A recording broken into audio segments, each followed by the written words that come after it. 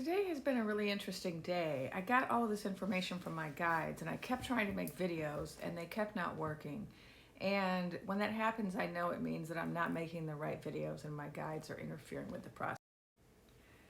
And so just now my mutual Gia sent me a video and suddenly it became really clear why they showed me what they showed me and what I actually need to share today.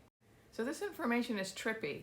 And whenever we get trippy information, it's always like, oh my God, how do I share this? How do I make sense of this? Is this just going to be, like, why? Right? This is the life of a seer, of a psychic, of a mystic, We have some really bizarre experiences. And so then when guides put us in this position where they say, we want you to talk to the people, we're always trying to figure out, okay, but what do I say? What do I translate? How do I say it? So just trying to keep it real. That's where I am today. Despite that, here I am in front of the camera again. And I want to talk about the ocean beings, the ETs or aliens, whatever you want to call them, that are in the ocean, that the government actually disclosed to us and said, hey, these beings live in the ocean. So this is a non-controversial fact. I'm not making this up. This is something that was discussed at a press briefing. I think it was a congressional hearing. Someone correct me if I'm wrong. But it was an official statement that was made about certain beings living in the ocean. But even though it's factual and accurate and can be Googled, I am going to say for entertainment purposes only. Let's have a little chat about these beings that are in the ocean. And also, of course, there's the star beings. And then we have the whole issue of the Dior bags and the Oscar bags. So these are all related, and that's what my guides were trying to show me today, and I was just like trying to make sense, like, why are you showing me this? Now I know why they showed it to me. So at the beginning of my vision or my dream time or my story, I was taken, I was folded through space. And so what's been shown to me is that, while we're on Earth, we think that we travel through space. They showed me that in reality, space travels through us. Now, this is just a story, so don't worry if it doesn't exactly fit with certain branches of physics. It does actually fit with the newest physics and astrophysics, but we're just telling a story. And so in this story, I was taken through space, and I was shown space folding itself and then allowing me to move through space by having space fold towards me and then me just kind of hopping on the fold and the fold flattening. And this is how we travel through space when we want to travel through really long distances. And you might be wondering, why am I telling you this? I'm also wondering that. Because my guides told me. This is what it's like. So here I am traveling through space traveling through me, and I was taken then kind of into another dimension, and the dimension ended up taking me into what felt to me like the ocean. And there was another realm where these water beings or sea beings or ocean beings or whatever you want to call them, where they lived. And they said, oh, you're one of them. And, side note, I was told many, many, many years ago that I'm related to the squid people. So if you're one of these, if you're a starseed related to the squid people, drop that in the comments. Let me know you're out there. Not to be confused with that squid show. I never saw it.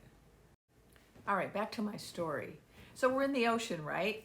And I'm being shown what it's like to be one of these beings. And one of the things they explained to me is that these beings have a way that they have of working with color that is very different from the way that we kind of understand color on the earth plane.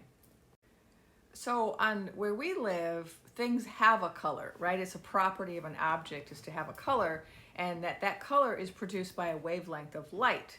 And so we have eyes, and what our eyes do is they just kind of perceive or pick up wavelengths of light, and that's how we see color. Bear with me. This is going to relate to the Oscar bags and the Dior bags. So they're explaining to me that these beings, these kind of octopusy looking what we might call aliens that live in the ocean, but we shouldn't call them that name because that's not what they are really. They're just beings that live in the ocean, and we could just call them, sea creatures too. So these beings don't perceive that way. They don't perceive color that way. Instead, they kind of work with color. And so their skin or their membrane or whatever, instead of it being like ours, a skin that has like a particular color, their skin doesn't have any color, but they can look like any color they want. So kind of like a chameleon, but like to the nth degree. And so they can just take on any color that they want, and they can emit any color that they want. It can be rainbows, it can be fluorescent, it can be them taking on the color of someone that they're near, like a chameleon.